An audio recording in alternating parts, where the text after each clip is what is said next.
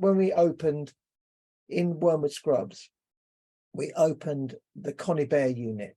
So there was a detox in the Wormwood Scrubs prison, and a prisoner died. His name was Mayhay. His last name was Mayhay. I don't know his first name. And I was given the job by my area manager to go into Wormwood Scrubs, talk to the governor, see what's going on in there, and recommend some changes, because, you know, it was unacceptable that this guy died in the prison in the way that he had. And so I went in, and it's not a secret to say that the detox unit at the time was like a sort of sanitarium type setup. People were looking gaunt behind their cell door, you know, leaning out of the slit in the cell door, saying, "Sir, miss," you know, and asking for help of some sort. When they were out and given medication, they were swapping their medication, and there was no real security there. It was just the worst of all worlds in many ways. So I kind of go back to my area manager and speak to the governor, come up with some recommendations. And a wonderful drug strategy guy in the prison enacts them. And they end up closing this thing down and then opening a 55-bed unit. And I wanted to call it the Mayhay Clinic in honor of the prisoner that died. And at the same time, a prison officer had died in service, nothing to do with any of the work we were doing. But his name was Steve Conibeere. And they decided to call it the Conibeere Unit. And I remember at the time saying to my area manager and to the governor, "Are you sure you want to call it the Conibeere Unit?" And they said, "Yeah, why wouldn't we?" And I said, "Well, I think it's a great idea, but you're never going to be able to refuse me anything I want. If we need something for the detox unit that we think the prisoners need or the staff need in terms of their well-being, and I ask you, all I have to do is point to the name above the door and you're not going to be able to say no, because it's in memory of a prison officer that died."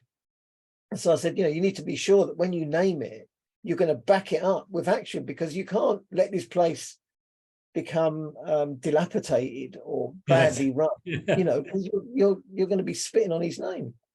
Anyway, they went with it and they gave us everything we wanted, and we turned it into an amazing unit. We didn't it was a right response in terms of the clinical weight of it. We stopped doing urine testing and we started doing sort of saliva testing, mouth swab testing, which meant we could have female staff as well as male staff doing the testing. It wasn't all urine based.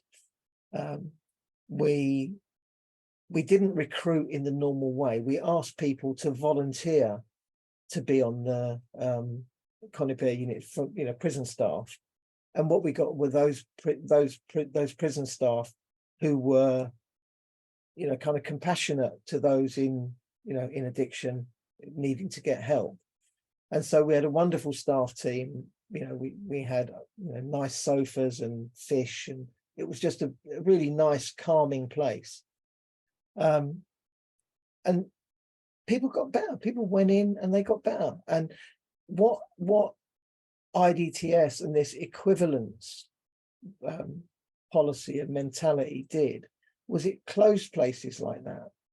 They became, we became methadone dispensing units instead of detox units. But when we opened the unit, we had some visitors come in. One of them was a prominent Labour MP. I won't say his name, but he opened the plaque. We had a plaque, Conibeere unit, and he pulled the cord to reveal the plaque.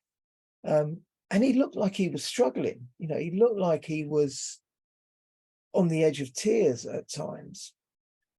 And I ended up talking to him. There was a few other visitors. It was a whole big official little group walking around, seeing the place. And he said to me as part of that visit that his son was in prison, and that when he came out of prison, he didn't get any help. He didn't get any help in prison, didn't really get any help outside of prison, and then he died. And he was on the edge of tears because he was thinking, if only. if only he'd have come to somewhere like this, or if only this sort of place was in every prison, you know, this kind of Conibeere type unit. And for a while, I did nurture the hope that it would be picked up as good practice and kind of maybe reimagined in other prisons in you know, in contexts that were appropriate to those prisons. Because the prison service was always being criticised in terms of good practice never becomes common practice. So one thing that happens somewhere never gets translated to anywhere else. It just becomes isolated good practice. But in this instance, yeah, not only did it not continue, it stayed as it was for a while, but then IDTS came along and suddenly the whole flavor changed. It wasn't about getting off the drug, getting better, getting fit and healthy and going out and being a productive member of society. It was, let's stop death on the inside, let's stop death on the outside. And that trumped everything else. And, you know, that kind of fear and risk mentality changed the landscape.